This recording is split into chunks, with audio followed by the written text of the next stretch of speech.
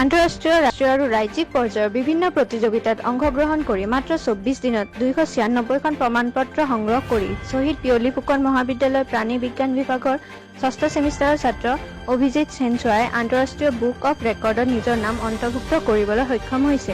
শিৱসাগৰ জিলাৰ নাজিৰা মহকুমাৰ অন্তৰ্গত দেওবিল নৱমীয়া গাঁৱৰ নিবাসী তথা বান্দৰীজান প্ৰাথমিক বিদ্যালয়ৰ শিক্ষক শ্ৰী অতুল সেনচোৱা আৰু মুনু সেনহুৱাৰ একমাত্ৰ সন্তান অভিজিতে।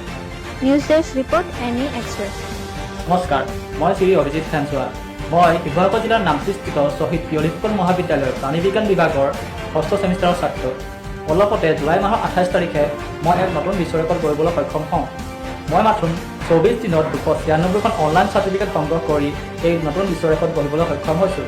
পূৰ্বতে এই ৰেকৰ্ড আছিল ৪৪ দিনত ২৫৬খন অনলাইন চাৰ্টিফিকেট সংগ্ৰহৰ, যিটো মই মাথোন ২৪ দিনত ২৯৬খন অনলাইন চাৰ্টিফিকেট সংগ্ৰহ কৰি ভাঙিবলৈ সক্ষম হওঁ।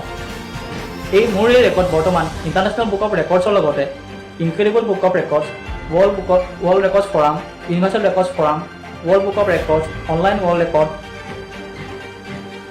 Assam book of records, Indian traditional book of ৰেকৰ্ডছৰ সৈতে সৰ্বমুঠ ৮খন বুক অফ ৰেকৰ্ডত অন্তৰ্ভুক্ত হৈছে। মোৰ এই সফলতাৰ বাবে মই নিজৰ লগতে মোৰ বন্ধু শ্ৰী মৃন্ময় বৰুৱা আৰু শ্বহীদ পিয়লি ফুকন মহাবিদ্যালয়ৰ প্ৰাণী বিজ্ঞান বিভাগৰ অধ্যাপিকা মুনমী গগৈ ডাঙৰীয়াকো দিব বিচাৰিম, কিয়নো তেওঁলোকে মই এই চাৰ্টিফিকেটসমূহ অৰ্জন কৰাত বহুতো সহায় আগবঢ়াইছিল।